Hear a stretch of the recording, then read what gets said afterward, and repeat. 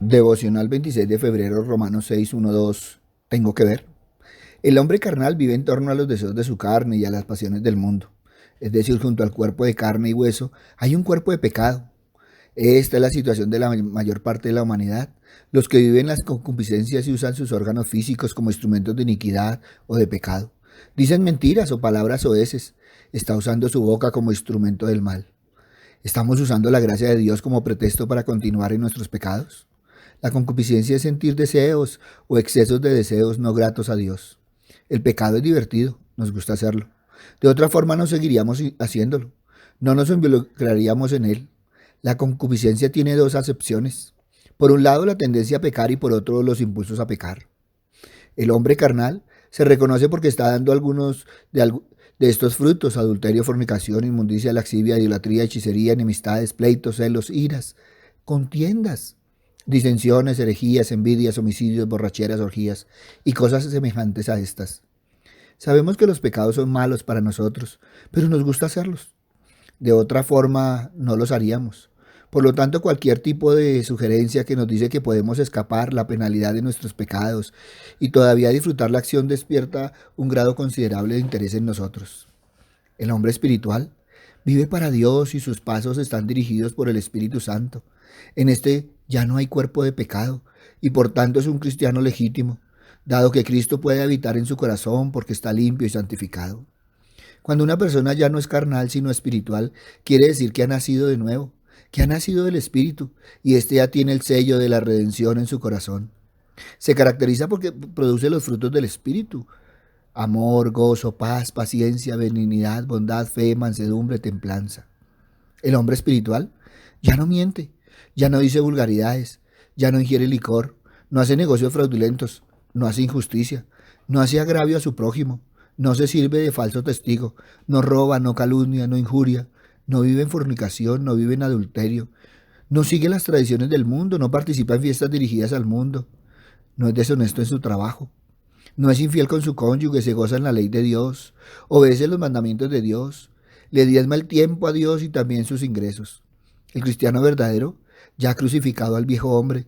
De lo contrario, solo está usando un apellido que no le garantiza absolutamente nada. La gracia significa el poder de Dios que da vida, el cual levantó a Jesús de los muertos. La gracia continúa trayendo vida nueva y más abundante al mundo para y por medio de los seguidores de Cristo. Hay dos conceptos en la Biblia en los que muchos de nosotros tenemos dificultad para entender. Están relacionados con justificación y santificación. Es la diferencia entre ser salvo y ser transformado en la clase de persona que deberíamos ser porque hemos sido apartados por Dios. La justificación es un acto, la santificación es una obra del Espíritu Santo. La justificación nos ocurrió el día que aceptamos y confiamos en Jesús, fuimos declarados justos y nuestro veredicto de culpable fue revocado. Entonces Dios comenzó una obra en nosotros que continúa hasta hoy. La justificación es inmediata. Sin embargo, la santificación es un proceso de toda la vida. La justificación es el medio, la santificación es el fin. La justificación declara justo al pecador, la santificación hace justo al pecador. La justificación quita la culpa y la penalidad del pecado. La santificación quita el crecimiento y el poder del pecado. Algunas personas creen que su trabajo es pecar y que el trabajo de Dios es perdonar, así que harán su trabajo y Dios hará su trabajo. Si creen que su posición en Jesús está arreglada por lo que hizo Jesús, entonces la motivación de una vida santa se ha ido. ¿Estamos eligiendo vivir en la vida de resurrección de Cristo en vez del pecado y muerte en Adán? Pablo está hablando de un estilo de vida de pecado, no simplemente de un solo acto o dos fallos. Está hablando sobre cristianos que siguen absolutamente inalterados en su estilo de vida de lo que era antes de ser cristianos. Pablo está hablando sobre una práctica habitual. Muchos andan alejados de Dios por diferentes circunstancias. No creen en Dios, viven materialmente muy bueno para preocuparse por cosas espirituales. Si buscan de Dios, creen que van a perder sus riquezas. Se sienten muy jóvenes y fuertes para buscar protección de Dios. Se han dejado convencer por falsas doctrinas. Todo esto encaja en la verdad bíblica. Muchos son los llamados y pocos los escogidos. Esto quiere decir que el hombre ha escuchado de Dios por diferentes medios y por diferentes instrumentos, pero el hombre se ha hecho el sordo para no oír, y los que verdaderamente oyen son muy pocos. Muchos cristianos tratan de luchar contra el pecado, predicándolos no hagas esto o no hagas aquello. Sin embargo, el método de Pablo es santificación posicional. En otras palabras, sepa dónde estás plantado con Jesús, sepa que tienes libertad por la cruz de Jesús y conozca algunas cosas sobre el corazón de Jesús y lo que es importante para él. Pablo establece un principio importante. Cuando nacemos de nuevo, cuando hemos creído en Jesús para nuestra salvación, nuestra relación con el pecado cambia permanentemente. Simplemente no es adecuado vivir aún en algo a lo que hemos muerto. Es imposible que tu estilo de vida continúe sin cambio cuando te conviertes en cristiano. Es simplemente imposible porque un cambio ha ocurrido en lo profundo del espíritu humano. Y aquellos que protestan y dicen que pueden continuar viviendo de esa forma, simplemente están revelando que no ha habido ningún cambio en su espíritu, que no ha habido ningún corte con Adán. Todavía están en la misma condición. Como cristianos hemos muerto al pecado y ya no debemos vivir en él. Antes estábamos muertos en pecado, ahora estamos muertos al pecado. ¿Qué pecado mantienes aún? ¿Qué áreas de tu vida aún necesitan algún trabajo? Sabemos que la santificación es un proceso de toda la vida. ¿Has seguido o has dejado de creer en Cristo y de crecer en Él? Pablo es muy completo al enfatizar la necesidad de la santidad. No la elimina al exponer la libre gracia del Evangelio. Antes bien, muestra que la conexión entre justificación y santidad es inseparable. Se ha aborrecido el pensamiento de seguir en pecado para que abunde la gracia. Los creyentes verdaderos están muertos al pecado, por tanto, no dejen de seguirlo. Nadie puede estar vivo y muerto al mismo tiempo. Necio es quien deseando estar muerto al pecado piensa que puede vivir en él.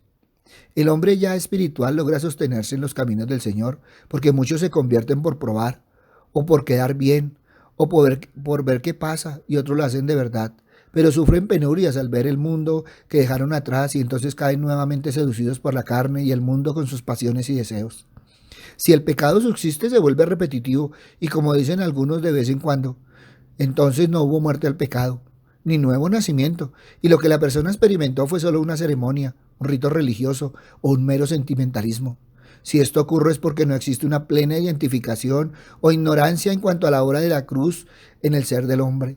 Pues todo aquel que se experimenta verdaderamente en integridad con Cristo, una verdadera muerte en sí mismo, el pecado no puede ejercer ningún poder sobre la carne, el pensamiento o los sentimientos de un ser renovado, que ha experimentado en sí mismo la muerte.